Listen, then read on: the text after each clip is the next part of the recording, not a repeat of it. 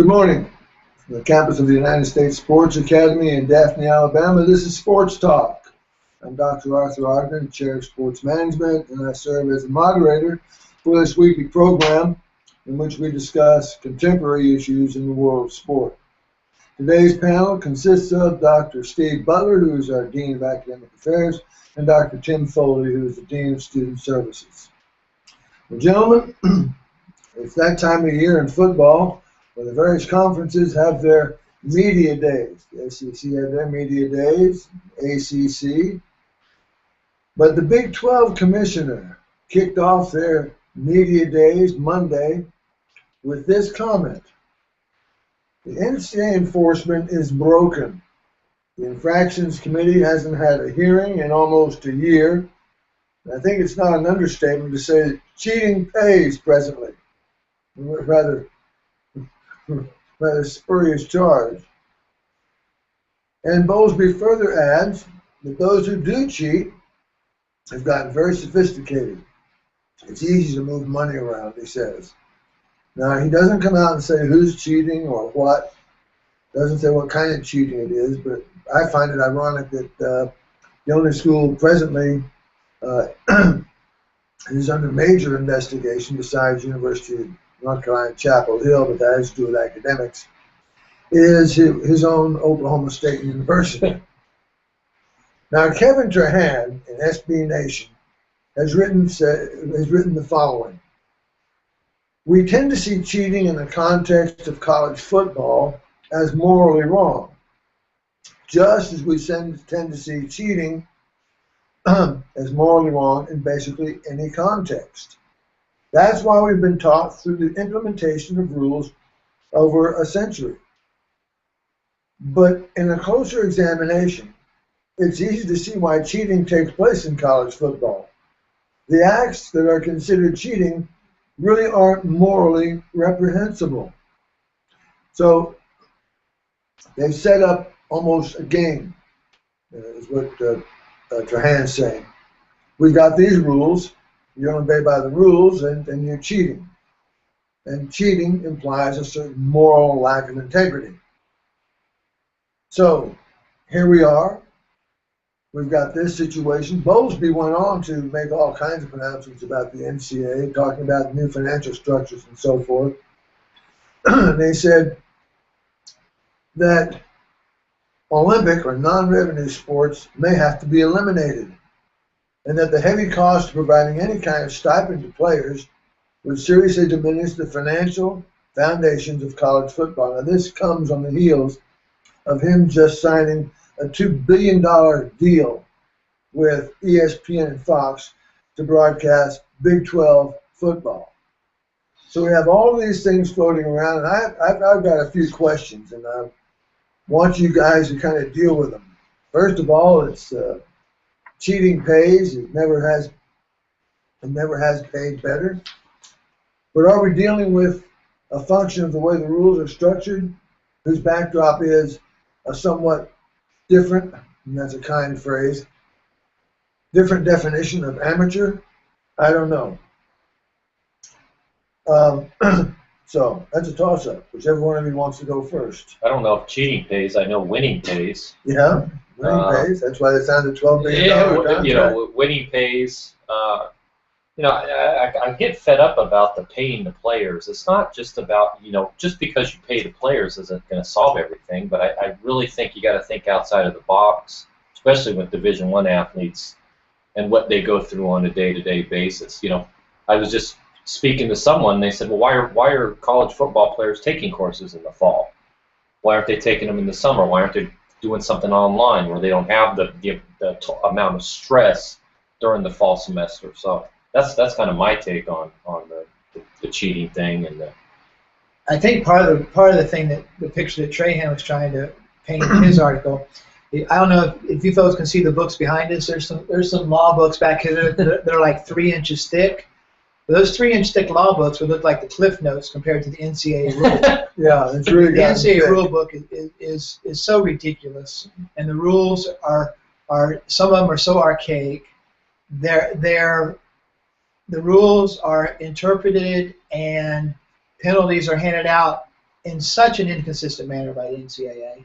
You know, you look at players who get 8 games for sending their mom $12 to buy a birthday present, and then you see other guys like Johnny Manziel, who allegedly was making lots of money from autographs and gets suspended for a half a game. Right. And one of the ironic things about that was the announcement that to the world from the NCAA that announced that Johnny Manziel was being suspended for a half a game had a link where you could go to the NCAA website and buy a number 2 Texas A&M jersey. Right. So that kind of tells you a little bit about the integrity of the NCAA.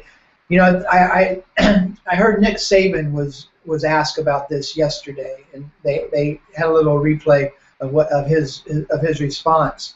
And what he said I found was kind of interesting. We talk a lot in our contemporary issues classes here at the Academy about the effect of social media on sports, and he had a take I'd never heard about social media before. And he said, with social media and its prevalence today, it's almost impossible for him to cheat. And he said, if I am with a recruit when I should not be, I can guarantee you somebody will get a picture of that. Right, and it would go all over the place. Right. So Nick Right. Saban's take was that with everybody virtually having a camera in their cell phone, and with Twitter and Facebook being so prevalent, that he can't cheat, even if he wanted to. Well, cheating comes in various forms, and I know that we've touched upon this thing about paying players. I think that's such a terrible term. All these players want is a stipend to cover the cost of attendance. They're not talking about, I'm going to get $10,000 a year, I'm going to renegotiate for a new contract. And I'm afraid that that's what the general public thinks. But when you've got a young man who needs to get home because his mother is ill and does not have enough money himself, yes, there's an NCAA special fund. Why should he have to go make a special pleading and reveal the personal nature of this important family issue? Those are some of the things. And, you know, Bowlesby just fires it all out there, and maybe he wants to prompt the NCAA to do something, no matter what it may be. And then he said something that really, really rankles me, because you know how I feel about this. He said there needs to be federal regulations governing collegiate athletics. We don't need more federal regulation. The federal regulations can't run the mail. They can't run the VA. They can't run much of anything. And if they're going to stick their fingers into the NCAA, which is, by the way, a private institution, a voluntary 501c3, not-for-profit institution, I don't even understand this concept. Enlighten me, gentlemen. That's a heck of a thing to say with what we've got going on in the world, especially this past week. But I don't know where that comes from, but I think I don't know what to say about I heard 2 different SEC coaches with 2 different ideas about what Bowlesby was really trying to do. One of them, I think, was in line with what you're thinking, Arthur. It was a direct shot at the NCAA. Yeah. And the other one was a direct shot at the SEC, because the assumption is if they're that good that consistently, they must be cheap. Right. And you know, I'm not, being an Auburn guy, I'm not a big Nick Saban fan, but I think Nick Saban's as clean as a whistle. And I think he doesn't need to cheat. No. Because he's established that program there. I think Spurrier is clean at South Carolina. And you know, this is, I have a cousin who's 6'10". He's older than me, so he went to college 40 years ago, and he had a job. His job was to make sure that the football field. He's a basketball player. His job was to make sure the football field was watered correctly, and it was on a timer.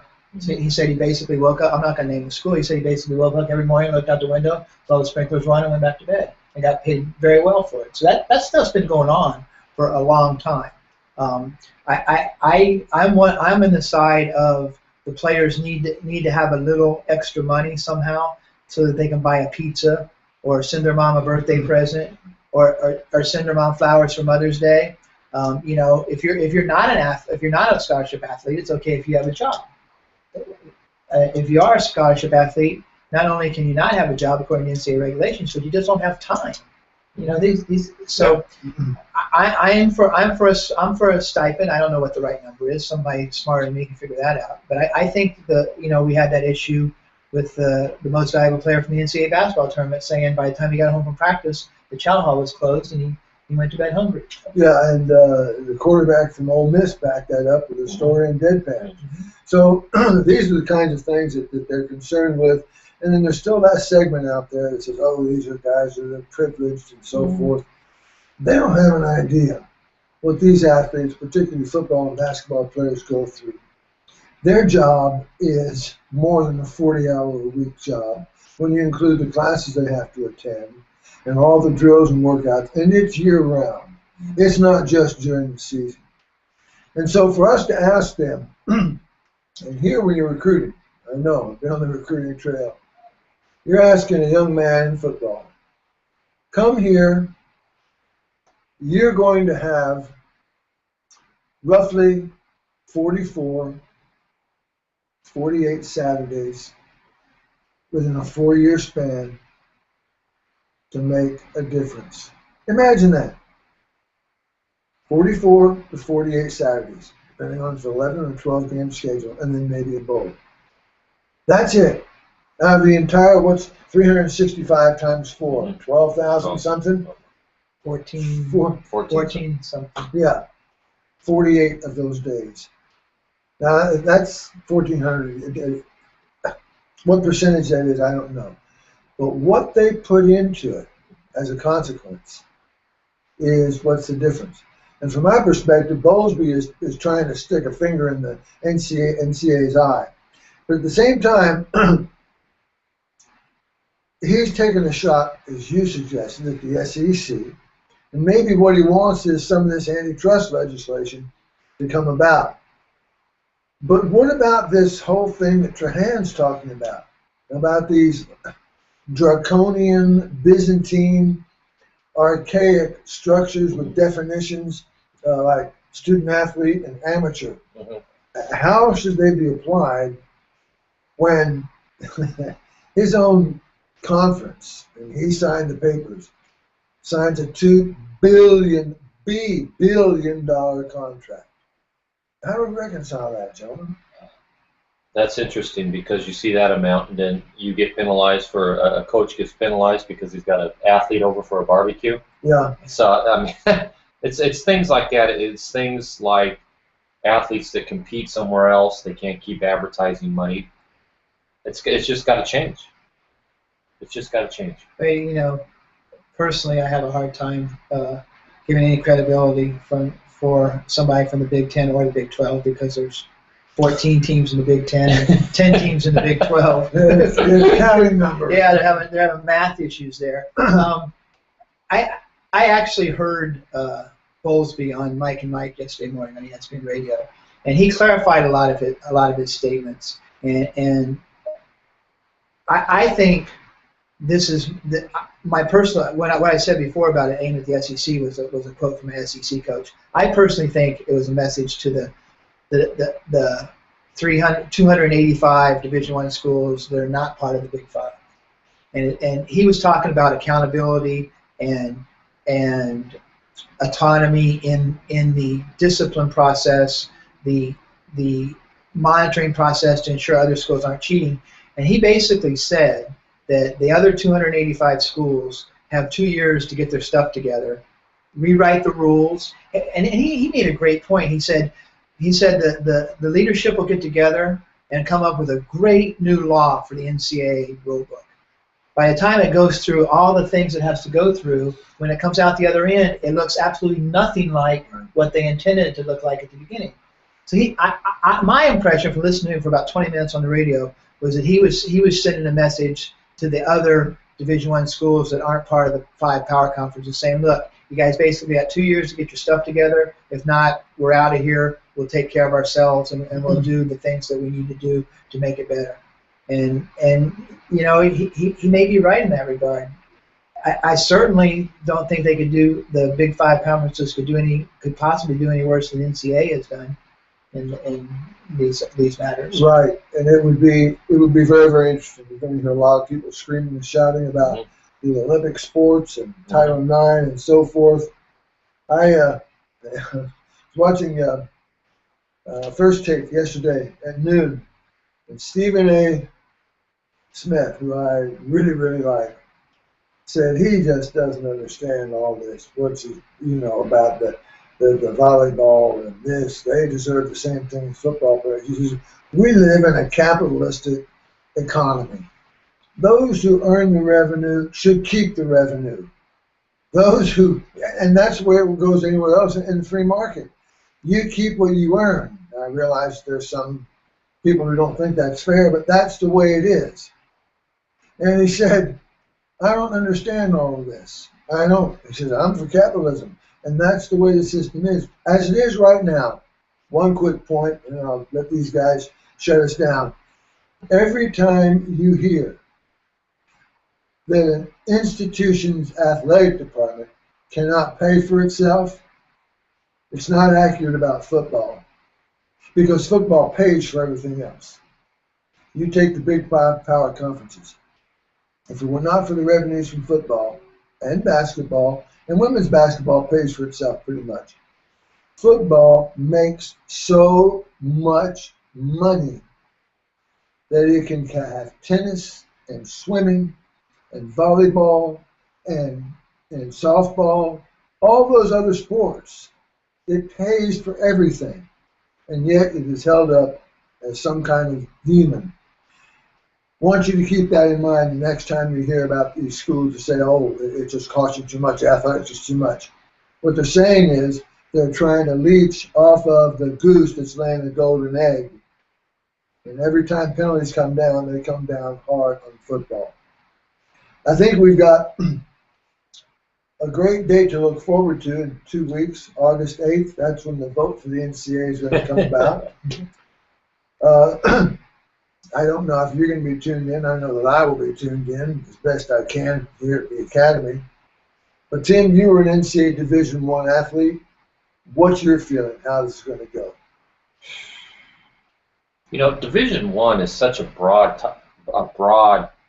title. You got the schools in the Big Five all the way down to schools that don't have football. Something needs to change here. Because I feel like they're all put under, okay, you're a Division I school. That's got to change, and I hope something comes through that does change that. Because they shouldn't have the same goals and objectives, every Division I school. Yeah, there's a big difference. You're right, and you know what?